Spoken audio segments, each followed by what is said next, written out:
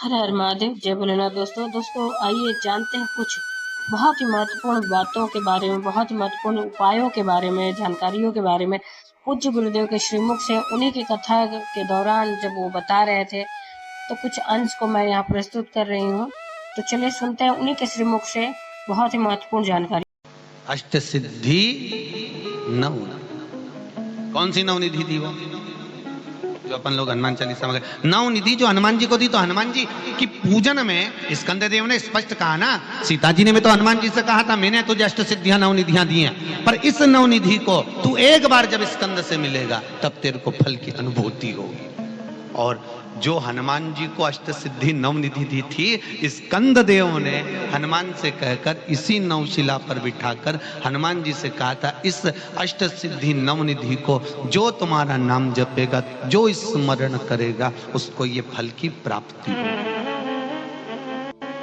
नवनिधि पहली पद्म निधि। कौन सी निधि है? पद्म निधि। ये हमारे हनुमान जी महाराज का केवल दर्शन करने पर पद्म निधि प्राप्त हो जाती है। अर्थात हनुमान जी के दर्शन से जन्म लेने के बाद हम जिस हनुमान जी का दर्शन करते हैं, उसके बाद हमारा एक कुल तर जाता है। उसमें हमको दुख नहीं, भोजन की व्यवस्था नहीं। यहाँ कहते हैं अगर हनुमान जी का दर्शन करा है तो पद्म निधि जो है वो पद्म निधि स्वयं भरण पोषण कर देते, स्वयं भरण पोषण। दूसरा महापद्म निधि। महापद्म निधि एक ऐसी निधि है, स्कंद देव दूसरी शिला पर बिठाकर श्री हनुमान जी महाराज को उस दूसरी शिला पर बिठाकर जल का जब आचमन करा रहे हैं, तो वो कह रहे हैं स्कंद देव कि ये महापद्म निधि है। हनुमान, ये वो निधि है जिस निधि से व्यक्ति अपने जीवन में दान कर पाता है। दान कब करता है? जब उसके पास में कुछ हो। कुछ नहीं होगा तो वो देगा क्या? अरे बोलो तो। दूसरी महापद्म पीढ़ी को दान, धर्म, सत्कर्म जो दिया जाए वो श्रेष्ठ। होगा तो दो, नहीं होगा तो कौन दे? महापद्म निधि ये दूसरे नंबर की निधि है। हनुमान तेरे दर्शन से महापद्म निधि प्राप्त हो। तीसरी निधि नील निधि। कौन सी निधि है? नील निधि। हनुमान जो तेरा दर्शन करेगा, इस रामेश्वर सेतु पर जो आएगा और इस 9 शिलाओं के दर्शन के रूप में मान लो हनुमान का भी दर्शन कर लेता है, तो उसकी 7 पीढ़ी में अगर कोई दान भी नहीं करे तो भी उसको लाभ मिलता ही रहता है। नील निधि तीसरे नंबर। 9 निधि में चौथी निधि है महाराज मुकुंद निधि। कौन सी निधि है? मुकुंद।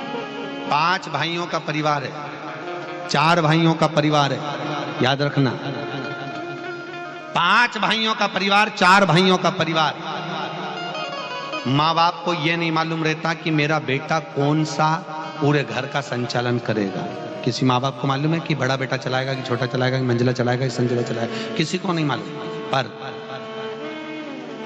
जिसके भाग्य में मुकुंद निधि लिखी होती है, घर को वही लेकर चलता है। कौन सी निधि?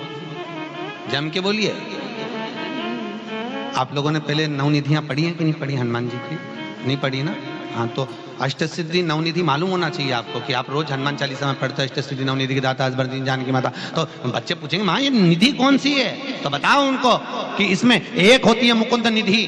कहते हैं कि उस मुकुंद निधि के बल पर घर में 5 लोग हैं, 4 लोग हैं, 3 लोग हैं, 3 बहुएं हैं, 4 बहुएं हैं, 2 बहुएं हैं, किसी एक बहू के भाग्य में लिखा रहता है कि उसको घर में लेकर चलना है, भले उसको यश मिले चाहे नहीं मिले। दुनिया के लोग ताने दें, आने तो कुछ भी कहें, पर उसको परिवार लेकर चलना पड़ता है। वो मुकुंद निधि के अंतर्गत आता है। मुकुंद निधि वो मुकुंद निधि है जिसके अनुसार हम अपने परिवार को साथ रखें। फिर अगला वर्णन है 5वें नंबर पर नंद निधि। कौन सी निधि है? नंद।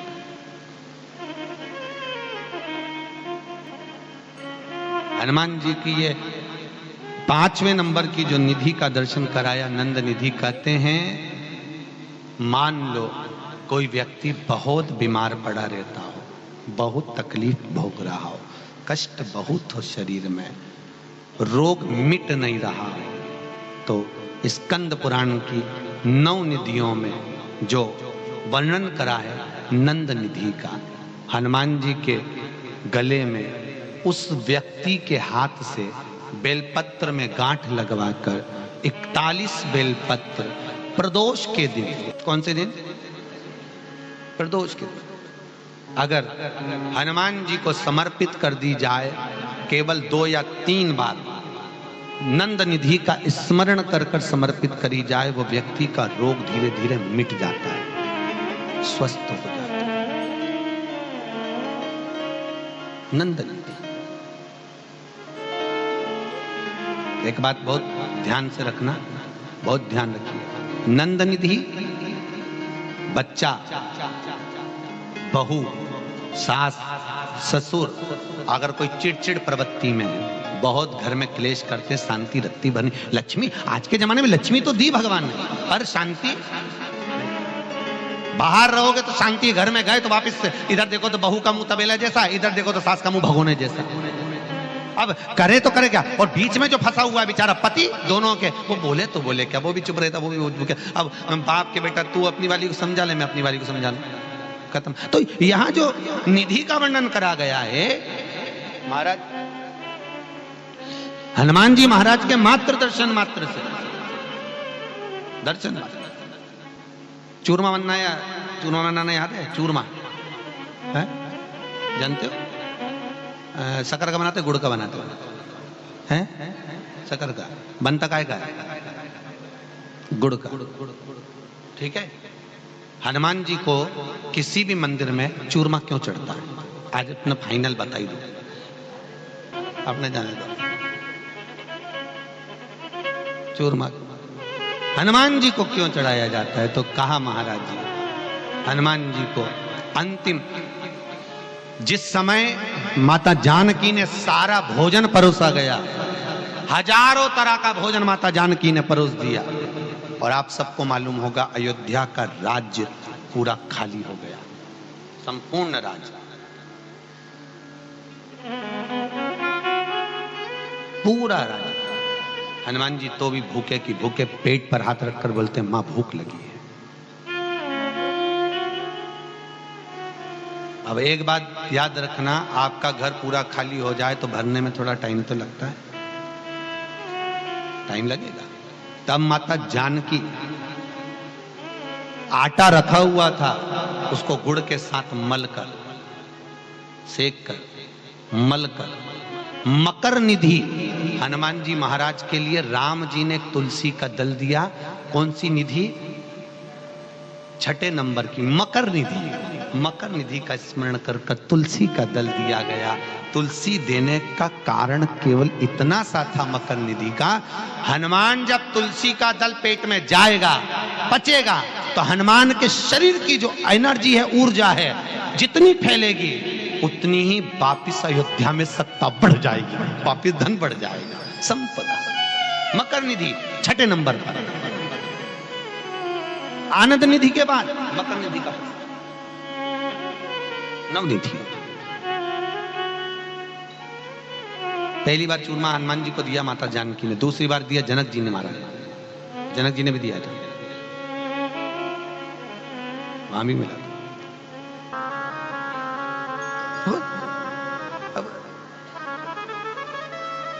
अब नहीं समझे तो सुनो, होता है ना कई बार। वो एक बार एक अंग्रेज गया तो वो कैमरा लेके वो दीवार पे, गांव में देखा, वो दीवार में गाय के गोबर ऐसे थाप दे गोल गोल, तो अंग्रेज फोटो खींच लिया। किसी ने पूछा ये काय को खींच रहा हो? कि ये समझ में नहीं आ रहा गाय ऊपर चढ़ी कैसे, ऊपर कैसे चढ़ी है?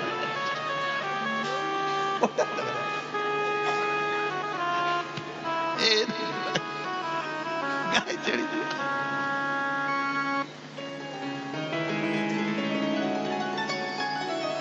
भगवत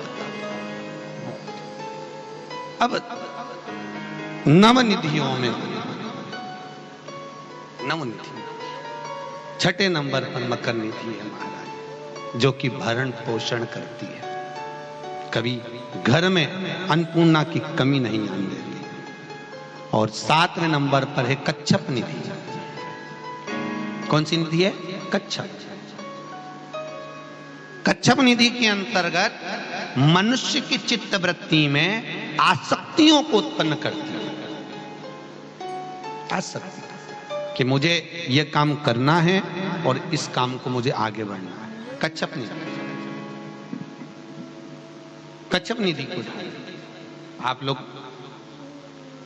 कई लोगों के हाथ में कछुए की अंगूठी देखते होंगे, वो हनुमान जी की कच्छप निधि का प्रमाण है। शंकर मंदिर में, राम मंदिर में, देवी देवताओं के मंदिर में, बाहर हॉल में जो चौबारा होता है, गेट होता है, उसके पास में एक कछुआ बना होता है, वो कच्छप निधि को दर्शाता है। उसका क्या प्रमाण है? कछुआ क्यों बनाया जाता है मंदिर के अंदर? दरवाजे पर कछुए का प्रमाण क्यों दिया जाता है? मूर्ति की प्राण प्रतिष्ठा होती है तो कछुआ रखवाया जाता है। क्यों? तो वो कच्छप निधि के लिए महाराज, जो मंदिर में, चाहे शंकर मंदिर में आए, चाहे राम मंदिर में आए, हनुमान मंदिर में आए, देवी मंदिर, जो भी उस मंदिर में प्रवेश कर रहा है, जब वो कच्छप निधि का दर्शन करे, कच्छप निधि का दर्शन कर कर उसके भीतर कभी आसक्तियों की, अर्थात तमन जो करने की ललकता है, वो समाप्त करना और अग्रण्य बढ़े और बढ़ता है, वो कच्छप निधि। फिर अगला वर्णन आया है शेख निधि। 8वें नंबर पर है शेख निधि।